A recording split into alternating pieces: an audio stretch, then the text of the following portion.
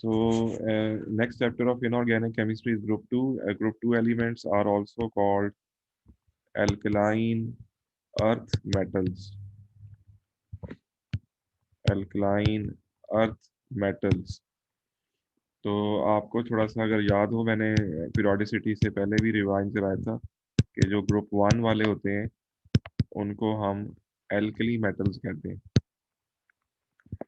और ये सबसे ज़्यादा रिएक्टिव मेटल्स होते हैं, मोस्ट रिएक्टिव। ग्रुप 1 से थोड़ा सा राइट के ऊपर फिर ग्रुप 2 है। Group 2 are slightly less reactive than group 1। They are slightly less reactive than group 1। They are slightly lesser reactive होते हैं then group 1।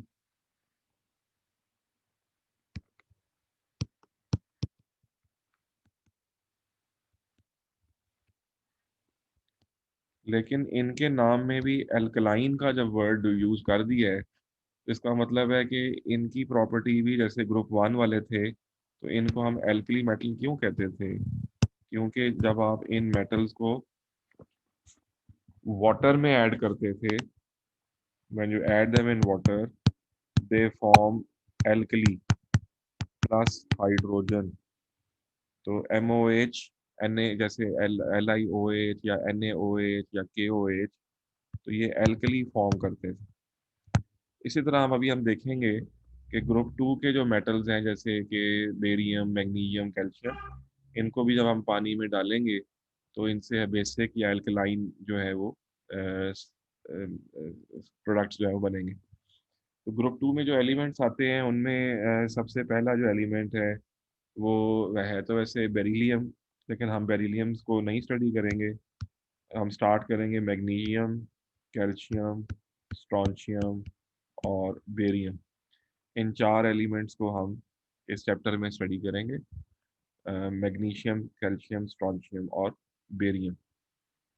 And the first thing we will study about group 2 elements is their physical properties.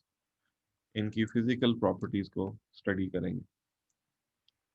जैसे हमने periodicity में पहले physical trends पढ़े थे, तो physical properties of group 2। तो फिजिकल प्रॉपर्टीज में अगर पहली चीज जो है वो इनकी इलेक्ट्रॉनिक कन्फिगरेशन है और इनकी वैलेंसी है। तो इलेक्ट्रॉनिक कन्फिगरेशन ग्रुप 2 में होने की वजह से हमें पता है कि इनके आउटर मोस्ट में 2 इलेक्ट्रॉन्स होंगे। तो अगर हम इलेक्ट्रॉनिक कन्फिगरेशन देखें तो मैग्नीशियम की इलेक्ट्रॉनिक कन्फिगरेशन है 1s2, 2s2, 2p6 और फिर 3s2। तो 1s2, 2s2, 2p6 और 3s2, तो इसके 3s के आउटर मोस्ट ऑर्बिटल या वैलेंस सब शेल के अंदर 2 इलेक्ट्रॉन्स होते हैं। ऐसे ही अगर आप कैल्शियम को देखेंगे तो उसके अंदर 4s2 आएगा। स्ट्रॉन्शियम के अंदर जाएंगे तो उसमें भी फिर आउटर मोस्ट में 5s2 आएगा। और फिर बेरियम के अंदर आप जब जाएंगे तो वहाँ आपको 6s2 जो है वो दिखाई देगा। तो they all have s2 configuration, और S2 कन्फिगरेशन में मेटल्स होने की वजह से they all form +2 charge ion. तो ये +2 चार्ज आयन जो है वो फॉर्म करते हैं। इनकी आउटर मोस्ट शेल में 2 इलेक्ट्रॉन्स होते हैं और वो ये लॉस करके +2 चार्ज आयन जो है वो फॉर्म करते हैं। तो इसके बाद भी इनकी जो है एटॉमिक रेडियाई देख लें तो ट्रेंड इन एटॉमिक रेडियाई, तो बेसिकली इनमें जो एटॉमिक रेडियाई हैं वो मेटेलिक रेडियाई कहलाते हैं, क्योंकि इनके अंदर एटम्स जो होते हैं वो मेटेलिक बॉन्ड की फॉर्म में एग्जिस्ट करते हैं, because they are all metals. हमें हमने नाम में भी लिखा था एल्कलाइन अर्थ मेटल्स। तो इनके मेटेलिक रेडियाई में मेटल के जो एटम्स हैं दे आर क्लोजली पैक्ड। जैसे मैग्नीशियम को देखें या स्ट्रॉन्शियम या बेरियम, किसी को भी देख लें, सो दे आर क्लोजली पैक्ड, बहुत टाइटली पैक्ड होते हैं ये, और तकरीबन इनके एटम्स एक दूसरे को टच कर रहे होते हैं।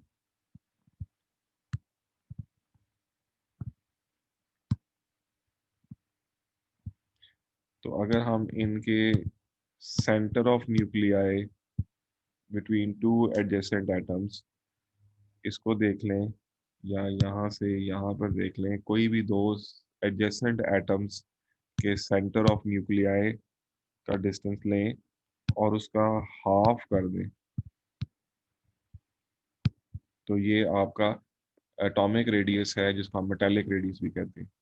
So when in a metal in which atoms are tightly packed, so the half of the distance between two metal atoms, the half of the distance between the center of the nuclei of two metal atoms is called atomic radius.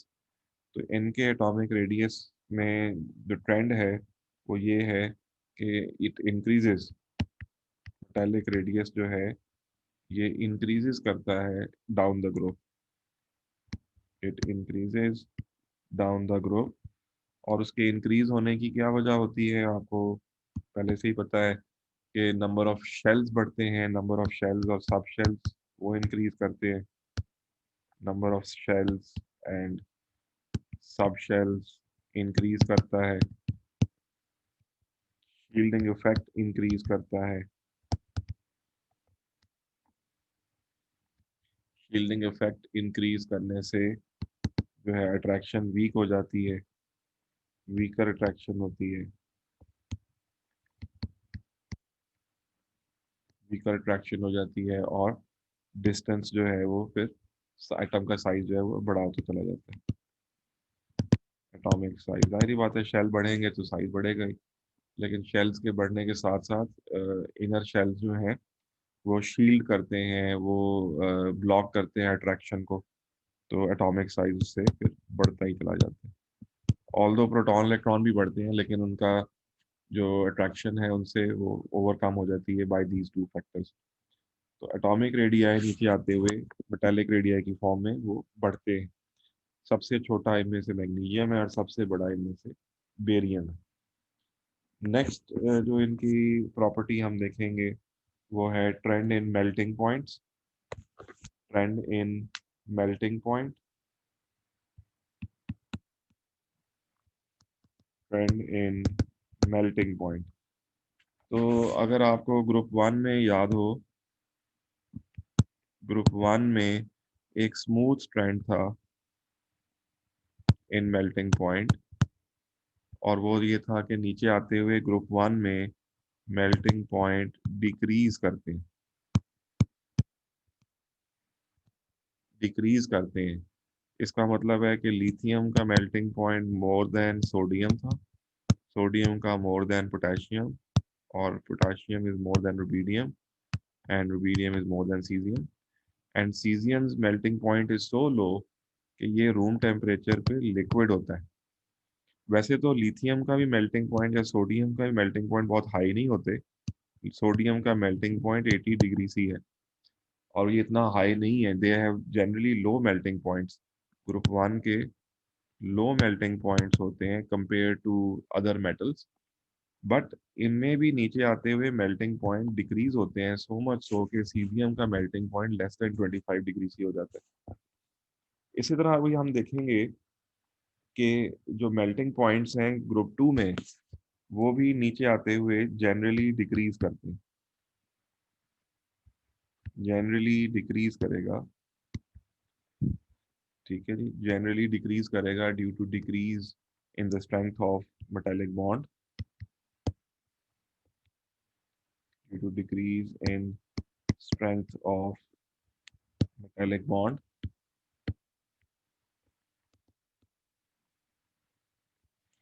लेकिन इसमें एक थोड़ा सी anomaly है, और वो anomaly ये है कि जनरली तो ये डिक्रीज कर ही रहा है, तो इस लिहाज से सबसे जो ज़्यादा मेल्टिंग पॉइंट होना चाहिए वो ग्रुप टू में बेरिलियम का होना चाहिए, उसके बाद मैग्नीशियम का होना चाहिए, फिर कैल्शियम, फिर स्ट्रॉन्शियम, फिर बेरियम। तो जनरल ट्रेंड तो यही होना चाहिए कि बेरिलियम से लेकर बेरियम तक मेल्टिंग पॉइंट डिक्रीज होना चाहिए। ठीक है, ये तो ट्रेंड है। लेकिन इसके अंदर अनोमली ये है कि magnesium magnesium has much lower melting point, much lower melting point than it should have। जितना उसका होना चाहिए था अकॉर्डिंग टू द ट्रेंड, उससे इसका मेल्टिंग पॉइंट बहुत नीचे चला जाता है।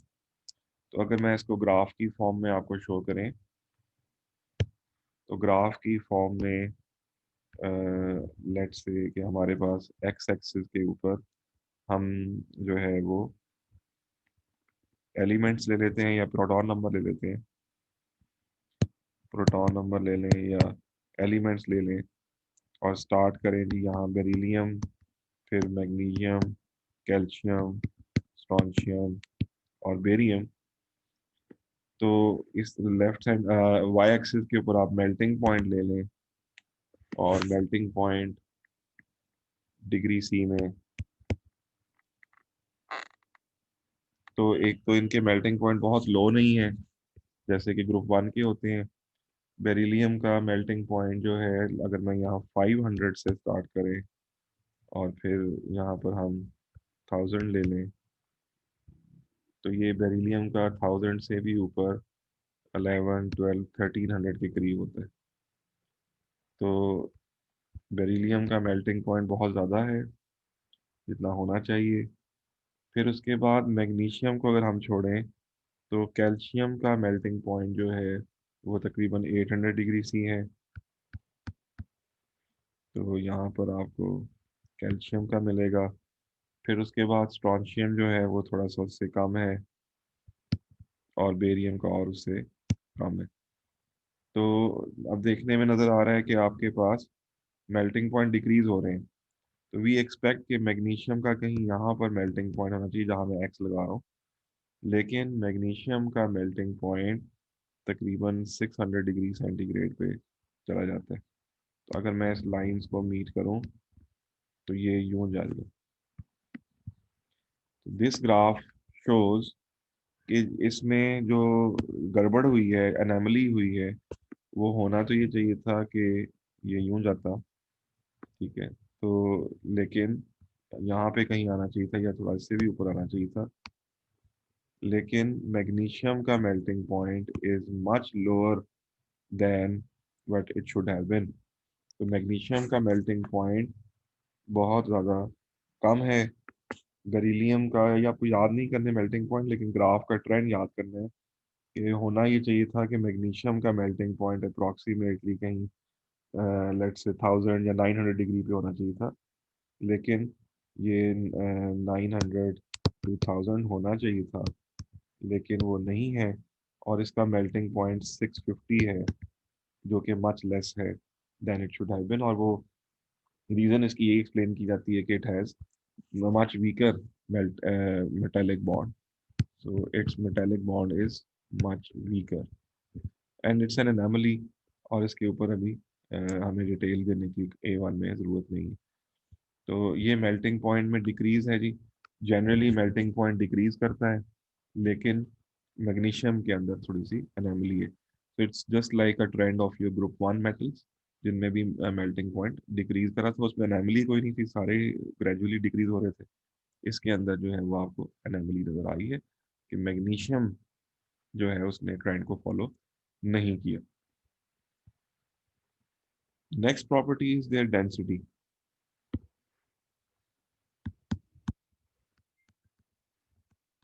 तो डेंसिटी अगर आपको याद हो, तो ग्रुप वन में अगर हम चलें, ग्रुप वन में तो नीचे आते हुए डेंसिटी इंक्रीज करती है।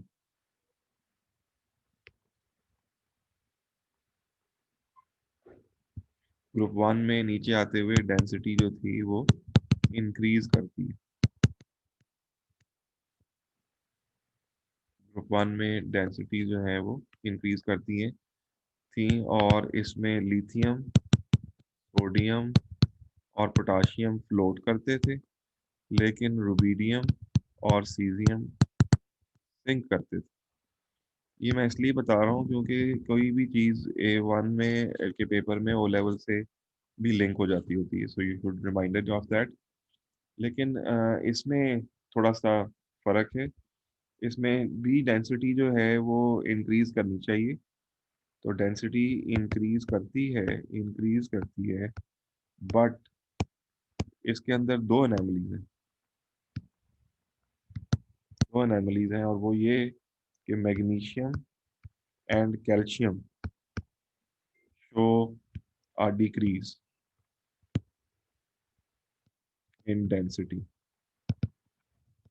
तो अगर मैं इसका ग्राफ ड्रॉ करें तो इनकी डेंसिटी, इनमें से कोई भी जो है वो फ्लोट नहीं करता, नॉन फ्लोट, कोई भी फ्लोट नहीं करता, ऑल सिंक, सारे ही सिंक करते हैं। इसका मतलब है कि इनकी जो डेंसिटी है वो ग्रेटर देन 1 होती है, क्योंकि आपको याद होगा लिथियम सोडियम की जो डेंसिटी है वो लेस देन 1 होती थी। इन सब की डेंसिटी जो है ग्रेटर देन 1 है, लेकिन मैग्नीशियम और कैल्शियम की डेंसिटी बजाय इंक्रीज होने के वो डिक्रीज कर जाती है। तो अगर ग्राफ देखेंगे तो हमें इसमें अंदाज़ा होगा कि ये ग्राफ आपको क्या बता रहा है। तो इस तरफ आपने बेरिलियम, मैग्नीशियम, कैल्शियम, स्ट्रॉन्शियम और बेरियम ले लिया। बेसिकली यहाँ पर आपने वही प्रोटॉन नंबर ले लिया और वाई एक्सिस के ऊपर आपने डेंसिटी ले ली, डेंसिटी इन ग्राम पर सेंटीमीटर क्यूब। तो अभी हम एक्सपेक्ट तो यही कर रहे हैं कि लेट से ये डेंसिटी 0 है और ये 1 है, ये 2 है, ये 3 है। तो हम इन सपोज तो यही कर रहे थे कि बेरिलियम की डेंसिटी जो है इट इज़ अप्रॉक्सीमेटली 2। तो मैग्नीशियम और कैल्शियम की डेंसिटी ज़्यादा होनी चाहिए। जैसे कि अभी मैं स्ट्रॉन्शियम की डेंसिटी पे जा रहा हूँ तो वो तकरीबन 3 पे है, और बेरियम जो है वो 3 से भी ऊपर 4 पे है। तो अगर इन 3 पॉइंट्स को देखें तो मुझे तो इंक्रीज नज़र आ रही है। तो कैल्शियम और मैग्नीशियम को भी कहीं यहाँ पर और यहाँ होना चाहिए था, लेकिन इनकी डेंसिटीज थोड़ी सी डिप कर जाती हैं, दे शो अ स्लाइट डिक्रीज। और मैग्नीशियम की डेंसिटी जहाँ होनी चाहिए थी उससे थोड़ी सी कम है, कैल्शियम की उससे भी थोड़ी सी कम है। ठीक है जी, it remain greater than 1 but slightly decrease, and after decreasing then it goes up.